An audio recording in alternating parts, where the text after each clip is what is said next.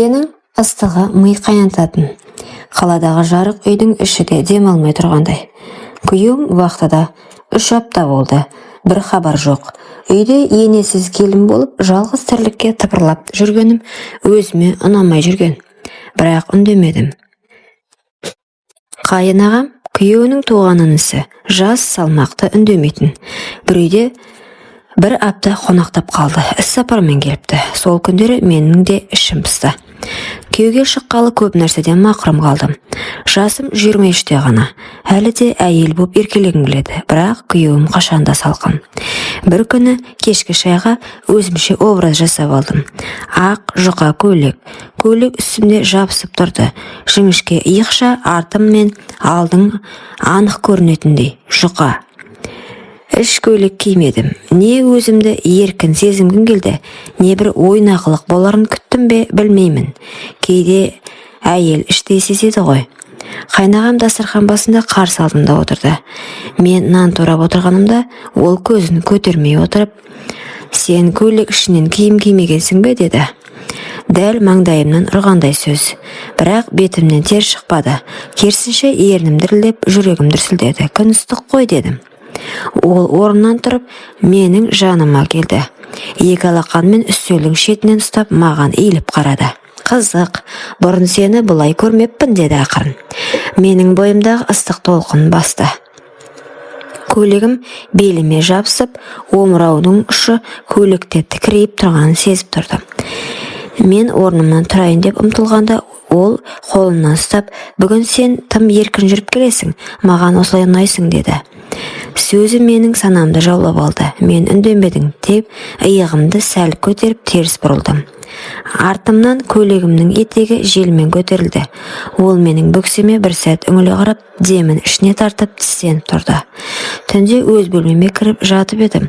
Терезе ашық, бөлме іші самалмен толып тұр. Бір сәт бөлме есігі сықырлады. Ол келді. Есікті жаппады. Мен ұйықтап жатқандай болдым. Ол маған қарап біраз тұрды.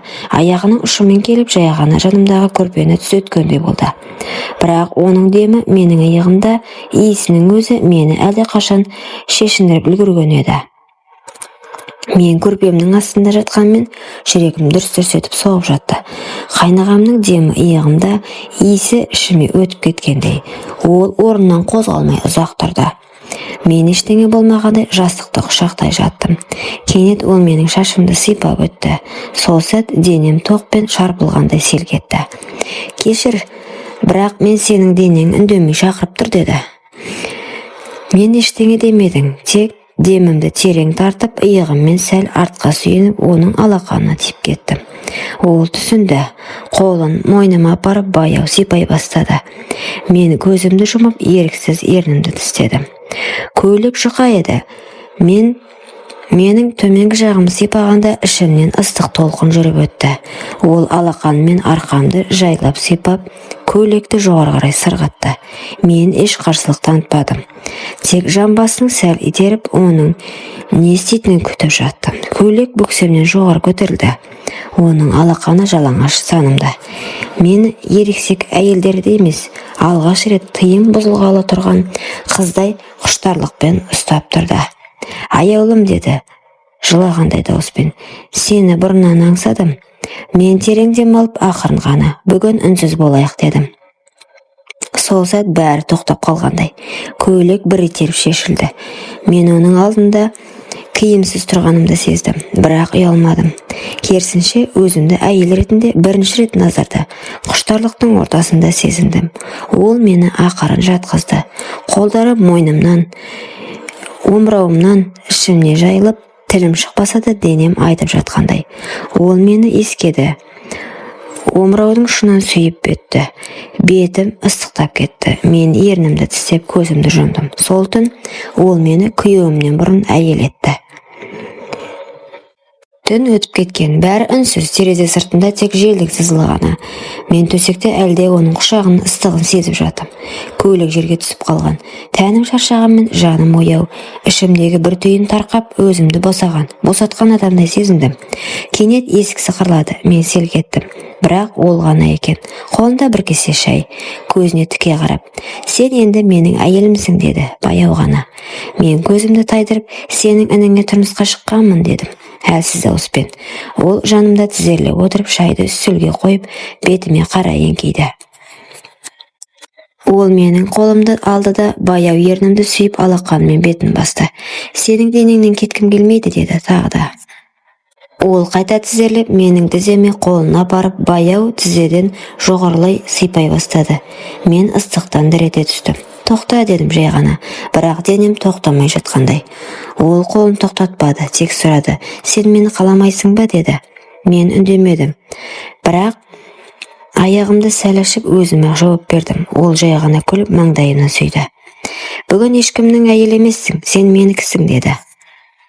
Үйдің есігі сарт етті. Кенеттен дыбыс ете қалған дауыс естілді. "Кім бар үйде?" Ол еді, күйеуім. Бір ай ерте вахтадан келіп алыпты. Мен орнымнан тұрып, ішімдегі әлде бір сұмдық сезімді баса алмай жүрегімді ұстадым. Күйеуім бөлмеге кіріп, балаларын құшақтап маған сәл жымиып қарады. "Жағдай қалай, сағындыңдар ма?" "Иә" дедім сыбырлап. Ол маған жақындады. Бірақ мен еріксіз шегіне бердім. Сол сәтте ол қасына келіп қолымды ұстады да, "Сен өзгеріп кетіпсің, көзің басқа. Мойныңда белгі тұр ғой, не болып жүр" деді. Мен дереу теріс айналып, "Ештеңе емес, балалармен әбігер болғаным ғой" дедім. Кешкі астан кейін бәрі тынышталып, күн туа бере күйеуім жатын бөлмеде мені жанына тартты. Бірақ мен тартынбадым. "Неге? Бұрынғыдай емессің." "Жоқ, сенің денең өзгеріп кеткен, жүктісің бе" деді. Мен орнымнан атып тұрып, "Қой, тыныш жатшы" дедім. Мен қалай жауап берерімді білмей қалдым. Тек көзімнен жас парлап төмен қарадым. Сен үндемеген сайын күдігім арта берді. "Кімнен бұл бала" деді. Сол сәтте есік ашылып, ол кірді. "Қайнағам." Менімен көзіміз түйісті. Күйеуім оған бұрылып, "Сен не қылып жүрсің? Бұл сенің шаруаң емес" деді. Бірақ ол тіке қарап, "Бұл бала менікі" деді.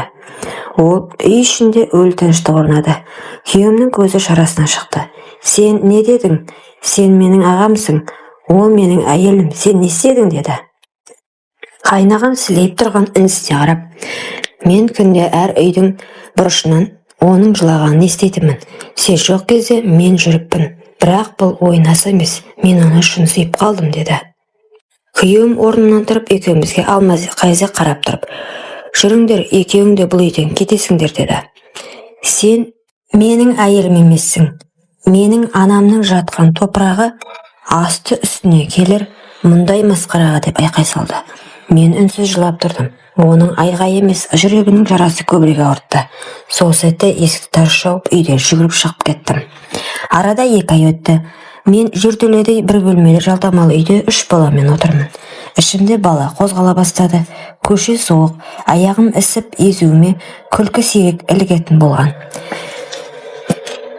Күнде кешке балаларымды ойнатып, ұйықтатқан соң терезеге қарап ұзақ отырам. Ол екеуі де жоқ. Күйеуім мені кешірмеді. Қайнағам хабарсыз кеткен. Естігенім, ол басқа қалаға жұмыс ауыстырып кетіпті. Біреулер үйленіп алыпты десе, басқалар жұрттан қашып жүр дейді. Ал мен ештеңе демеймін. Тек балаларымды күн сайын құшақтап, "Сендер менің бақытымсыңдар" деймін. Бір күні балам, "Анашым, әкеміз кім?" деп сұрады. Ішім қанжылап тұрса да, "Сендердің әкелерің көкте, жүректеріңде" дедім жай ғана. Бұл оқиғада бір сәттік әлсіздік өмірлік өкінішке айналды. Құрметті оқырман, өмірден алынған шынайы оқиғаларды тыңдағыңыз келсе, менің арнама тіркеліп, лайк, комментарий жазып қолдап кетіңіздер.